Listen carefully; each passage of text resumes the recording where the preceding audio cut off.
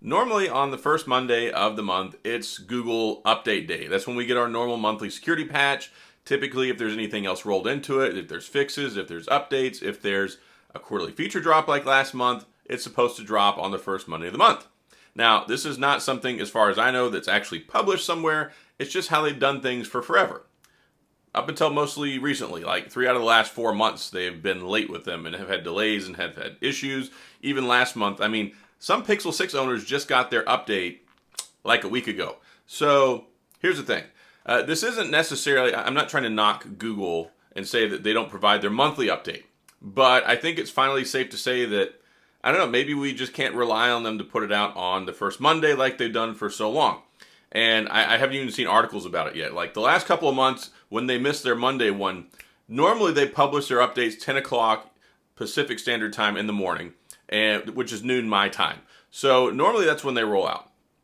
Well, like the last 3 or 4 months, it hadn't happened. So the last couple of months, there's been news articles basically right like 5 minutes after saying, yep, looks like the Google Pixel update is delayed or it's late. So here's the thing. They can put it out at any time that they want to, but my guess is probably not. Well, I don't think it's happening today. I think we're past the threshold. Normally, if they don't put it out by that time, it just doesn't come out. Now, 2 things I want to talk about here. One is the tardiness on them in their updates and putting them out in a timely manner. Well, that's the same thing. But I mean, they just don't ever say anything. That's the part 2 component. But I think it's finally safe to say that they're not. I mean, I probably could have said this a long time ago, but I think that the Google Pixel phones, they're not the leader in the security update patch world like anymore. And oddly enough, it's Samsung. Samsung is actually already rolling out their April update. It's already available in South Korea. It's already available in Asia. It's rolling out in Europe. I'm sure it's going to start rolling out here in the US probably today, tomorrow, the next day, something like that. So they, as in Samsung, have been beating Google to the punch on updates for like a year now.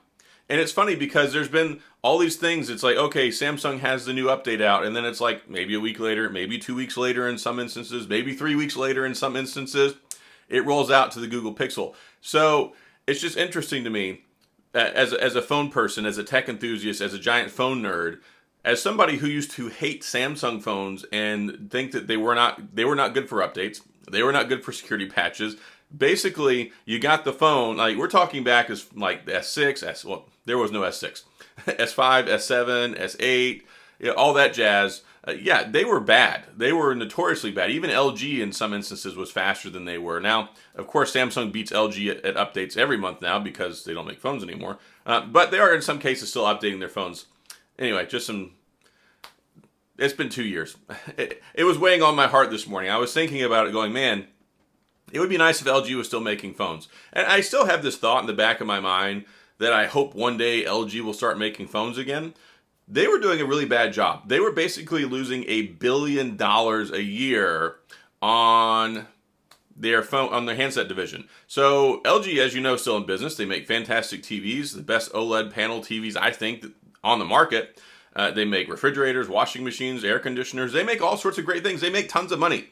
But they made a decision and said, look, we're not competing. We're hurting ourselves to the tune of $1 billion a year.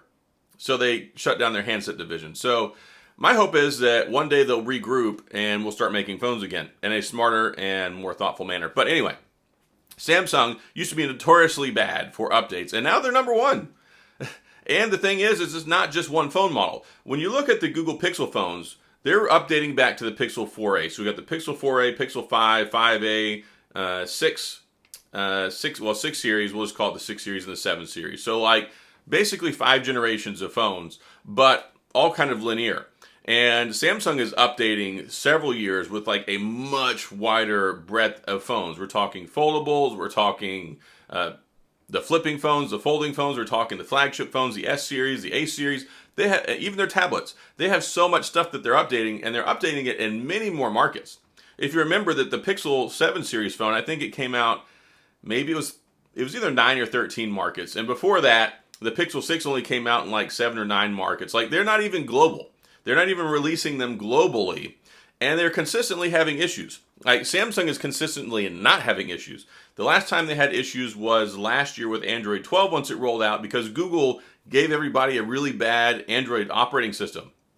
Android 12 had lots of problems, and it even had to be rolled back on the OnePlus phones. So, yeah, Google is not only not in front, but they're actually having more problems than Samsung and even most of their other competitors are now. Even OnePlus has been doing a pretty good job lately and extended their policy for their flagships to 4 years of operating system updates, 5-year security patches, albeit I believe it's monthly security patches. It's not a bi-monthly. It's not a monthly thing. But either way, better for OnePlus, right? So I think it's finally safe to say, not that we couldn't have called this race a while ago. I mean, it's not like the tortoise and the hare here, but we probably could have called this a while ago and said that Samsung is the king of updates. And I'll probably talk more about this later. Hey, if y'all are interested, let me know if you want me to cover like the security patches and stuff for Samsung.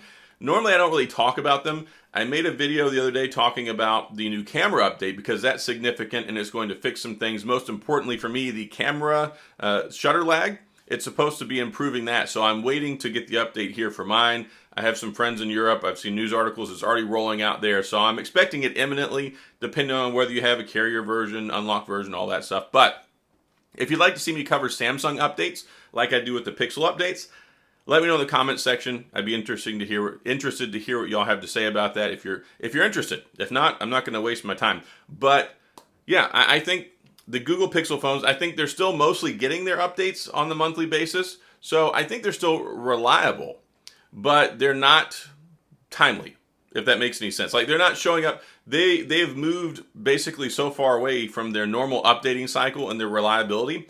And there's even been problems for some people with the last month's update causing battery drain problems, standby issues, and some people even losing their 5G connectivity that I was reading about. So yeah, Google, I don't know what's going on over there. And I know that there was this memo that was put out the other day where they're shifting a bunch of their workers, if not entire workforce, from the Smart Assistant to working on, I think kind of their, I think it's Bard is what it is, Google Bard. They're trying to get their OpenAI ChatGPT bot equivalent up and running and trying to make it better. Now, we know that when Google set their mind to doing this and creating this Google Smart Assistant and trying to beat Siri and getting everything, like, they've been the #1 Smart Assistant on phones for years. So there might kind of be an autopilot mode, and I think their next evolution is trying to iterate Google Assistant with some sort of Bard ChatGPT type assistant. So it'll be interesting to see what they do in that regard. I typically have pretty high regard for Google and their ability to do things on the software side, which is why this is so frustrating, because now this whole idea, when we were talking about even Google at Whitechapel, I think is what the code name was for when they were talking about the Tensor chips in the phones, it was all prospectively like, this is going to make things better. Like, we'll have everything in-house, we'll have our own chip that's optimized and tuned the way we want it to, we'll have our own hardware foundation, all this good stuff, albeit basically manufactured under design by Samsung. But still, their own proprietary kind of stuff, you know, kind of like what Apple does, what Samsung did with the Exynos, which I don't want to really compare it to that because that was kind of not a great experiment. But anyway, yeah, I really, in the past, have expected, like, we've held Google to a higher standard, and now it's like, well, it'll get there when it gets there. So I don't know. Maybe there's not a whole lot of virtue anymore to talking about it on the first Monday of the month because they never seem to hit the first Monday of the month anymore. It's really kind of disappointing because when you make Android, other manufacturers should not be putting out phone updates faster than you are because especially Samsung, they have to update all their One UI stuff and make sure everything is good. So it's just interesting to me that Samsung is beating them at their own game, and Google has to be like, here's the Android stuff here, so you can update it, right? I mean, Google makes Android, not Samsung. Samsung makes Samsung phones based on Android.